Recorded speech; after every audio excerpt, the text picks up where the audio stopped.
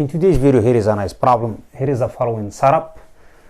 So when we are going to say this following equation is true for all x and m as a non-negative integers, satisfy this following condition. Okay, so we get the square, we get the integer square equals the difference of these primes, 7 to the n minus 2 to the n. Okay, so our goal, we are going to solve this equation. We are going to see how we are going to deal with this equation. Okay, you guys, you can solve this one in such different ways. So I'm not going far away from this one. I'm going to apply the simple formula here in order to get this problem solved. So as you know, the best way to solve this one, we are going to apply the modular arithmetic. Okay, so before we proceed with the solution, I would like to remind you to subscribe to the channel and support the channel by like and comments. So now let's get started with this one. So the most of the time we are dealing with modulo 4 because it's more convenient modulo for the square, for the integer square. Okay, so I'm going to reduce this equation to the modulo 4, but which condition we are going to use here in order to reduce the equation to the mod 4? So I'm not going to assume m equal to 0 or 1. I'm going to consider m is superior to 2 in order to make this equation more reduced here. Okay, so if m is superior to 2, as you know, the right hand side of this equation is a odd because we have a odd minus even. So always you get the an integer square is always is a congruent to 0 or 1 mod 4. So when you take the integer and square it, always you get a remainder number 1 or 0. So we get 0 if you have the integer even. If you have even integer, you get number 1 if you have odd integer. Okay, since we have an odd integer here, so this one is a congruent to 1 mod 4. Okay, so we get x squared is a congruent to 7 to the n minus 2 to the n, which is a congruent to 1 mod 4. Okay, so we are not done yet. We need to reduce this equation more. So we need to reduce 7 to the n and minus 2 to the n to the mod 4 as well. Okay, so how to deal with this one? So I'm going to put 7 equals 8 minus number 1. So you get x squared is a congruent to 8 minus 1, all is raised to the n minus. For this one is arithmetically 0 because we have assumed m is superior to 2. This one is going to be number 4 here as a minimum value. Okay, 4, 8, 16 and so on and so forth. Okay, always you get this number is divisible by number 4 when you have m is superior to 2. Okay, this is what happened here. For this one, it's clearly 8 is 0. I will be left with minus 1 to the n. Okay, is a congruent to minus 1 all to the n, which is a congruent to 1 mod 4. Okay, because this one is 0. So in order to make this statement true, n must be even, because if an exponent is even, this one is turned number 1. So 1 is a congruent to 1 mod 4, which is true statement here. Okay, so now if n is even, let's set n equals 2 times is multiplied by c. Okay, let's replace that value of n and into the original equation and solve the equation. Okay, so I get the following. Get x squared here, which equals 7 to the 2c minus 2 to the m, equivalent. So I'm simply going to move over this minus 2 to the m to the left and bring this x squared over to the right and make the difference of two squares and factor out that expression. Okay, so I have the following. I have 2 to the m, which equals 7 to the c minus x factor 7 to the c plus x. Okay, it's very nice expression here.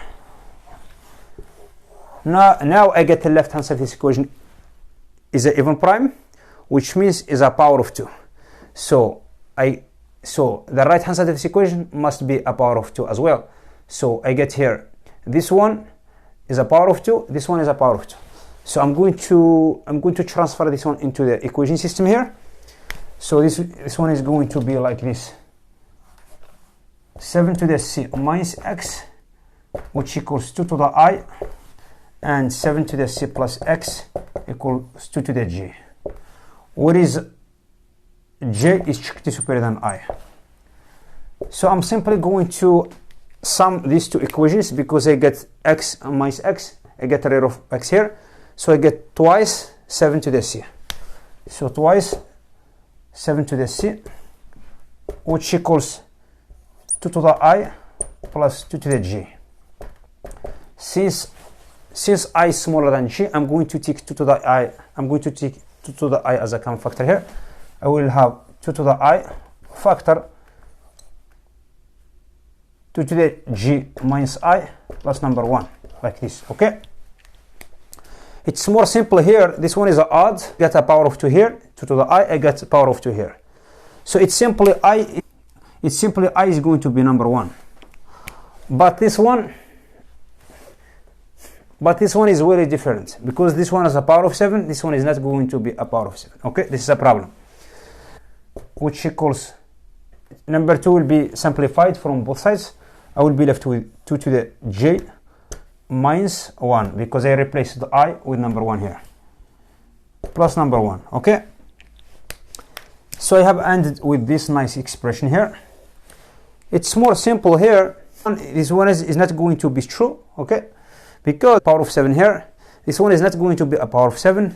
But we are not going to say it like this. We are going to say it in different way. By reducing both sides of this equation to the mat 3, okay? If I'm going to reduce this one to mat 3, I will get here, I will get number 1 because 6 plus number 1.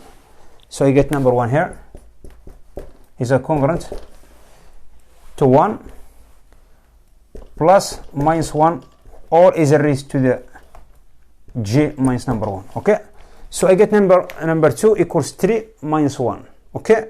3 will be 0. This one will be mod 3. Is a raised to the mod 3. I'm going to subtract number 1 from left and right. I will be left with minus 1 or is a raised to the j minus number 1 is a congruent to 0 mod 3. This is not true because you get number 1 either minus 1 or 1 is divisible by number 3, which is not integer. It's impossible. So what we have contradicted? What we have contradicted here? We have contradicted our assumption because we have assumed m is superior to 2. Then at the end we found it's impossible to be true. Okay, so which means m is going to be inferior or equal to 1. Okay, in the other word, m is going to be in this set 0 and 1. So let's erase this word and move on to the last step. Previously we have proven m must be in this set 0 and 1. I'm going to replace the following values, so I get the following equations. I'm going to do the same job, so I'm going to do one job at a time. So I get x squared will be replaced with 7 to the n minus number 1 because I have replaced m with 0. Then second equation is going to be x squared equals 7 to the n minus 2 because I replaced m with number 1. So let's put these two equations on the nice form by taking this minus 1 to the left. I get x squared equals plus number 1, which equals 7 to the n. For the second equation, I will have almost the same thing, but I will have number 2. I will have number 2 here, which equals 7 to the n. I get both equations is a power of 7. Okay, so here is a problem. I'm almost doing the same job that I have previously. So if you take a look at the left hand side of this equation, we get non-factorable polynomial. Okay, in reality this polynomial must be factorized on the form of the product. Since we have 7 to the n here, because 7 to the n, it can be 7 is multiplied by 7 squared or 7 is multiplied by 7 cubed, something like that. Okay, if you have n is superior to 1, if you have n is superior to 2. Okay, otherwise we have n equals 1, the number 7 is going to take the whole thing. Okay, If this one equals to 7, which means this term equals to 7, which is impossible because we get x squared here, plus number 1 equals 7, which means x squared equals 6, which is not a perfect square. Okay, so we cannot say it in this way. We are going to prove it in official way. It's better. Okay, let's use modulo arithmetic. Okay, so what I'm going to do now, I'm going to reduce both sides of this equation to the mod 7. If I'm going to do that, both equations is going to give us x squared is a congruent to minus 1, which is a congruent to 6 mod 7. Okay, so it's simple. This one is 0. Take in minus 1 to the right over the right of the congruence. So adding number 7 on both sides, I will get minus 1 plus 7, which is 6. Okay, so the same thing with the second equation. We'll have this one is a congruent to minus 2, which is a congruent to 5 mod 7. Okay, because adding number 7 is going to give us 5 here. So in order to make a nice comparison here, we are going through the charts. Okay, reducing the x squared. When we have x squared, which the possible values for x squared when you reduce x squared to the mod 7. Okay, so let's do the following chart. So we get the values. Let's put this one in general, like key values 0, 1, 2, 3, 4, 5, 6, 7, and so on and so forth. Let's take key square. So this one is going to be reduced to the mod 7, as I said. Okay, so this one is clearly a remainder 0, 1, 2, 4 is going to give us 4. This one 9, 9 you have 2 more than 7. 4, 16, 16 I have 2 more than 14, because 5 squared is 25, 25, 4 more than 21, so get a 4 as a remainder. 6 squared is 1 more than 25, so it's the remainder number 1. 7 squared is clearly 0 because you have 7 squared 49 is divisible number 7. So this is going to be written on this form all the way down, like 0, 1, 4, 0, 1, 2, 4, 0, 1, 2, 4, all the way down like this. Okay, so this, which means k squared or x squared belongs to this set 0, 1, 2, and 4 only, like this. But the problem we have absence of this. The problem we have absence of number 5 and 6 that we have shown before. Okay, so which means it's impossible to have a solution for these both equations. But remember here, if we have n is superior to 1, because when we have n is superior to 1, we are keeping number 7 here. Okay, so if we have n equals 0, it doesn't mean anything here. We get number 1. Okay, that's what's gonna happen here. N is going to be 0. Okay, finally, for all n is superior to 1, we have no solution for both equations, which means n equals 0 is a solution.